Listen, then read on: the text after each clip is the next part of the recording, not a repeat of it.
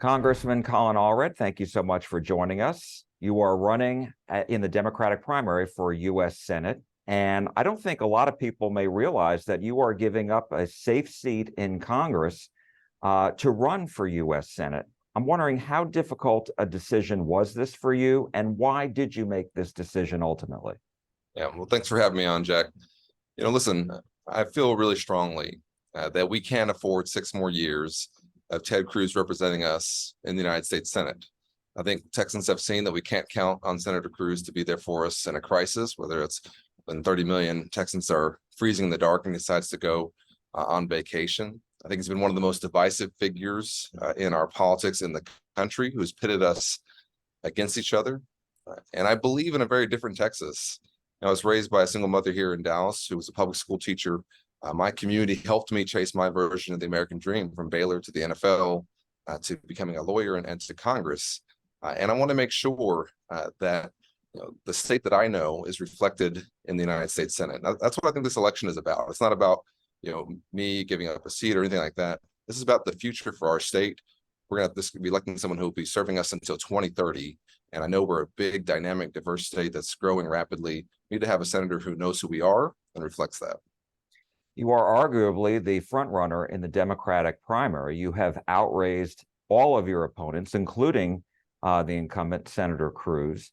And so at the same time, though, this poll that came out last week by the Texas Politics Project at UT Austin showed your support in the primary at 21%, ahead of Roland Gutierrez, the state senator, at 10%.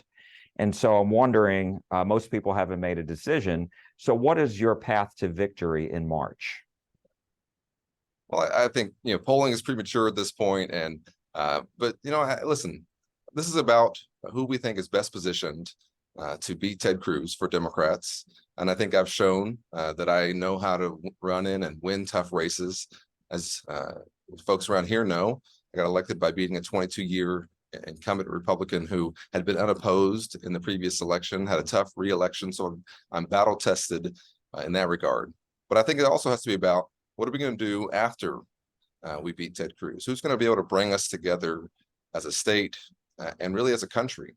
Because one of my biggest concerns is that, to me, it seems that in many ways, we are coming apart at the seams. And from my background as an athlete, from somebody who went to Baylor, who was 4th-generation Texan, I just don't believe that we are as divided as you might see on cable news, or if you're doom scrolling online. I know that we share a lot of fundamental values, and I've tried in my time in Congress to be one of the most bipartisan members of Congress so that I can help lower the temperature and get things done. That's what I'll do in the Senate as well, and that's why I think Democrats should nominate me, and I hope to be the nominee against Ted Cruz. And if you are elected, what are your top priorities? Well, as I said, I think one of the biggest differences will be in terms of temperament and being able to work across the aisle to get things done. I am proud that I was recently named by an outside group the most bipartisan member of the Texas delegation. And I understand that regardless of how this election turns out, that we're a divided state, and that we have a lot of strongly felt passions on both sides of the political issues, and from folks who might not feel engaged in our politics. And I want to be their senator as well. For the folks who don't vote for me, who don't agree with me on everything, I'll be their senator as well. But we are also a state that is growing incredibly rapidly. That brings a lot of challenges for us, but also opportunities. I'm proud that I voted for the infrastructure bill that is bringing $35 billion to the state over the next 5 years. I think Ted Cruz did the wrong thing in voting against that. I know that we have to make sure that we're continuing to lower costs and trying to get a hold on inflation, make sure that this economy works for everyone in our state. That's always going to be one of my top priorities, because I was raised by a single mother. I understand what that means, and I want to protect our democracy because I think that what we saw on January 6th and what we've seen in the years since then, and even before then, is so much faith being lost in our democracy. And it's really at the heart of everything we do as a country, of our economic power, of really leading the world. And for us, if we lose our democracy, we'll lose everything else. As it relates to the economy, you look at the polls, you just talk to people. They're not happy about prices in the grocery store. They're not happy about housing prices. A mortgage now, and interest rates have gone up. A 30-year mortgage is now over 8%. So what is your solution to that? Well, I think that what we're seeing is that we're still coming out of a global pandemic. And when you look around the world, the United States is better positioned really than anyone. But that doesn't mean, of course, that we don't have work to do. And so we have to continue to fight some of the negative trends that I know folks are dealing with. We're seeing incredible growth in the economy, while at the same time, I know the folks are still struggling. And so as somebody who was raised by a single mom who was a public school teacher, and we don't pay our teachers enough, I am very sensitive to really any kind of increase in costs like that, because I know who it hits the hardest. And so that's why I think it's important that we find the areas in our economy that we know we can control costs for folks and help them get ahead, particularly when it comes to your healthcare. I'm proud, worked hard to try and lower the cost of healthcare, from capping the cost of insulin at $35 a month for folks on Medicare. I think it was the wrong thing to do, that Ted Cruz didn't support that, and that he was one of the folks who prevented us from doing that for all folks across the country. I want to make sure that we're lowering those costs, lowering the costs of childcare, trying to address the areas that I know hit families and hit folks who are working hard to stay in the middle class the hardest. Those areas I know that we can help with. And I think that we'll see the economy continue to even out as we continue to emerge from the pandemic and the global economy also recovers. I wanted to ask you about this looming spending fight, because the government funding runs out, as you know, November 17th. And so I'm wondering, what are you hoping gets accomplished? I think most people, want to keep the government running, but at the same time, there is this debate between Republicans and Democrats on spending. And we know from the budget that the deficit climbed to $1.7 trillion in fiscal 2023, which was up from the previous year. So how important is that issue when it comes to the spending and any agreements that are had between the Democrats in the Senate, Republicans in the House, and the White House? Well, it's critical that we keep the government open for so many reasons. Number one, it's incredibly bad for the economy whenever the government does shut down, and it costs hundreds of millions of dollars when we have these shutdowns. So if you're talking about trying to keep our economic progress going or recovery going, the worst thing to do would be to have a government shutdown. But I do think we have to talk about being fiscally responsible, and this is one of the reasons why I spoke out in 2017 when I was running for Congress, opposing the Trump tax cuts that were passed then, because I thought they were irresponsible. And what we've seen is that during the Trump presidency, we added the most to the deficit of almost any presidency that we've had.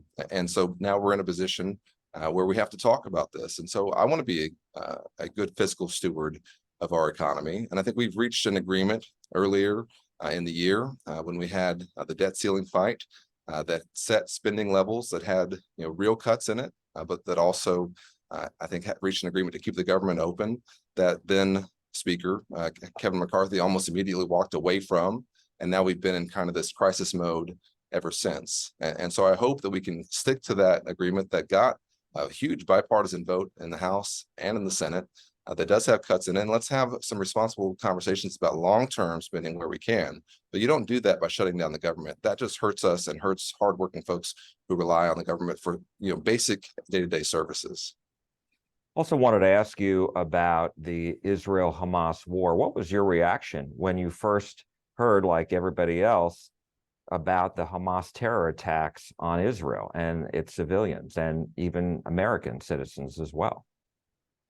Well, like most Americans, I woke up the morning of that attack just in shock. I had actually earlier in the year visited one of the kibbutzes that an Israeli general described as being the site of a massacre. And these were folks who were the most peace-loving, basically community-oriented folks you could possibly come across. And it's just tragic. And I'm somebody who's always been a strong supporter of the U.S.-Israel relationship and will continue to be. And we have to make sure that we support our ally, Israel, in this moment. But we also, of course, I think have to continue to be a strong ally in terms of making sure that as Israel goes about doing what it has to do to protect its people, and that it has a responsibility, I think, to protect its people, that we try and protect innocent Palestinian civilians as much as we possibly can. and trying to get them the humanitarian aid that they need. This is a war with Hamas. It's not a war with all the people in Gaza or with all Palestinians, or certainly with the Muslim world. And I want to make sure that Texans know that, and that we continue to be a voice for pushing for that and making sure that folks understand that, because Hamas is the one who started this war. Hamas chose to kill over 1,400 Israelis. Hamas chose to take over 200 hostages. Hamas must be held accountable. But the innocent Palestinian civilians should be, as much as possible, protected, and we should try and make sure that they are not bearing the brunt of Hamas's actions. As you know, some people have called for a ceasefire. Do you agree with that? And how can Israel defend itself, try to eradicate Hamas, and at the same time, it's also doing what it can to, what they say, they are warning civilians to get out of harm's way as they try to focus on Hamas? Well, let's be clear. Hamas uses the civilians in Gaza as basically human shields. They fire rockets from sensitive places where they know that if there's a retaliation, that it could impact civilians. And Hamas does not care, in my opinion, about the lives of Gazans. They are putting them at risk every single day. And Hamas should free the hostages that they have taken. And they should do that immediately. And we should do what we can to try and provide humanitarian aid to the people in Gaza who have had to be relocated or being displaced. But it's premature to talk about any kind of ceasefire right now. What I think we have to talk about is, how do we make sure that Hamas is no longer in power in Gaza, and also what comes next, and how can we try and make sure that we don't lose sight of what I think is the long-term goal of a two-state solution in which a peaceful and independent Palestinian state is next to a strong and independent and secure and Jewish democracy in Israel. That, to me, has to be the long-term goal for the international community. It's been our U.S. policy for decades that is our goal, and we can't let Hamas take that off the board. Because I think in many ways that's part of why they do these actions, is to try and to interrupt negotiations, for example, that were going on with Saudi Arabia around normalizing relations with Israel. We can't let them win. Wanted to ask you about aid to the Palestinians. This has been an issue. And when I recently interviewed Senator Cruz, he criticized your position back in 2021 when you and many other House Democrats wrote to one of the U.S. senators asking him to release his hold on tens of millions of dollars in humanitarian aid to the Palestinians. And apparently there was an internal email by the Biden administration that cautioned about providing aid to the Palestinians. Quote, due to its overall strength and level of control over Gaza, we assess there is a high risk Hamas could potentially derive indirect or unintentional benefit from U.S. assistance to Gaza. And I wanted to give you a chance to respond to that. Well, listen, what we're talking about here is trying to use fully vetted and internationally recognized organizations to make sure that there's medicine and food and basic services provided to innocent Gazans who I think are under the tyranny of Hamas. And we do this all the time in many different contexts, where we separate a government that we disagree with, which Hamas is the governing party in Gaza, from the people. And I don't know why Senator Cruz or anyone else is unable to do that in this context. Just because somebody has a government that's repressive, that they have no ability to get rid of even, that does horrible things, doesn't mean that innocent children or civilians don't deserve to be able to have some kind of basic access to services. And if you want to try and make sure that we are presenting our best values on the international stage, then you do that by reflecting our values and how we try and help people around the world, even if we don't agree with everything that's going on. And so this is not at all about supporting Hamas. And Senator Cruz knows that. We provided aid to Gaza for decades. For decades. This is about trying to make sure that we use our soft power to encourage the activities and the better things that we want and to provide help to innocent civilians, while at the same time opposing Hamas with everything we have. And that's certainly what I think I've always stood for. That's what I'll stand for in the Senate as well. Do you think Iran is responsible for, funding Hamas, as far as training Hamas in this case, providing them all this weaponry? And do you think that the U.S. should change its policy and stiffen sanctions, put the sanctions back on Iran, prevent them from selling oil to try to hurt their ability to fund terror? Well, let's be very clear. Iran does bear a large share of the responsibility for this attack because of their long-term support for Hamas. They share also responsibility for attacks coming out of Lebanon through their proxy Hezbollah and through their Iranian-backed militias in Syria and Iraq and the Houthis in Yemen. So Iran is the regional issue that we have here. And so we, I think, have to always make sure that we are being as tough as possible with Iran in terms of sanctions. And there is no entity in the world more sanctioned than Iran right now. What we're running into is that now what has changed is that Russia and China used to join us when we had the Iran nuclear agreement in place in not accessing Iranian oil and providing their economy with that outlet. They're no longer doing that. And now Iran is selling this oil and gas to Russia and China, and that's where they're getting that benefit. And we need to have an international coalition to try and put as much pressure on Iran and to try and put pressure on the Chinese in particular, I think, after this action. So to me, that's got to be the focus going forward. But the United States, across multiple administrations, has continued, I think, to have a very aggressive stance on this. But we need to have international help to really fully hold them accountable. What do you make of the rise in anti-Semitism that we are seeing across the globe and here in the United States and on several college campuses as well? I think it's completely unacceptable. And I think there's no room for this in our country. This harkens back to some of the darkest days that we all know about in our history. And it's unacceptable. You can even vociferously disagree with something that the state of Israel does without that letting bleed over into anti-Semitic attitudes towards Jews in the United States or around the world. That is unacceptable. And to me, we have to have leaders in all positions of any kind of influence pushing back on that, saying that's not who we are, calling it out. I certainly will never accept it. And I think that as a society, we have to shame these ideas out of our society and not let them come back and rear their ugly heads ever again. I also wanted to ask you about border security. Earlier this month, as you know, the Biden administration said it needed to build 20 miles of border wall in Starr County. And you were criticized for supporting this by Senator Gutierrez, who issued a statement saying, quote, "Dysfunction in Washington has led to failed policies that do not address the root of the problem. Congressman Allred has now chosen to join the DC idiocy on this issue, and he's dead wrong. Trump's wall is not a solution." How do you respond to that? Listen, our immigration system is broken, and we do need to address that. And we address the humanitarian crisis that we're seeing showing up at our southern border.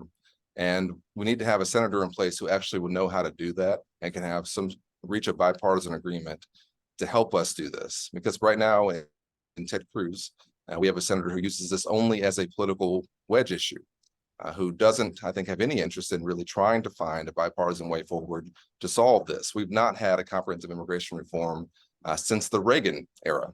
And we've had a couple of agreements that have been bipartisan that have fallen apart in the presidency of George W. Bush and Barack Obama. And I know that Senator Cornyn is trying to work to try and find a bipartisan way forward. I know that we can do that when I'm in the United States Senate. But we also have to be very clear that we do have to secure our border, that every country has to be able to secure its border. And that has to be one of the components of this comprehensive reform that I'm talking about. That in some cases has some components of physical barriers. That's one element. That's not enough on its own. And it's certainly not something that I think should ever be a symbol of our country, but it's one component of it, in addition to technology, more funding for Border Patrol agents, and helping them in particular with the biggest challenge I see them facing now, which is fentanyl entering our country through our ports of entry and sometimes being carried over through illicit means. And so this is a huge challenge. But it's also true that I hear from employers all the time that we have to have immigration reform so we can better meet the needs of our economy. And this all works in together to show us that we need to have a senator who actually focus on getting that done, who can find a bipartisan way forward on this, because it'll have to be bipartisan. And that's what I'll do when I'm in the Senate. But what is your response to Senator Gutierrez's criticism of you? I don't really have much response. I've been very clear about this for 5 years now, that I want to see us find a way forward that's a bipartisan pathway to help us reform this broken immigration system of ours. And that's why I've been proud to work with Congresswoman Escobar on the Dignity Act, which is a bipartisan compromise bill that'll help us break the ice and reform our immigration system. I will do that in the United States Senate. Border security will be a component of it, though. And we will always have to find, I think, ways to appropriately secure our border consistent with our values and to treat people consistent with our values. And that's where my biggest concern is from some of the things that I've seen from our governor, to be quite honest, things that I think are barbaric and not reflective of who we are as Texans. But we will need to make sure that we do what we can to support our Border Patrol agents to make their job easier, and in some cases to protect the migrants themselves from being taken advantage of by these human traffickers and coyotes who prey upon them. Congressman Colin Allred, Democratic candidate for U.S. Senate. Thank you so much. We appreciate it. Thanks, Jack.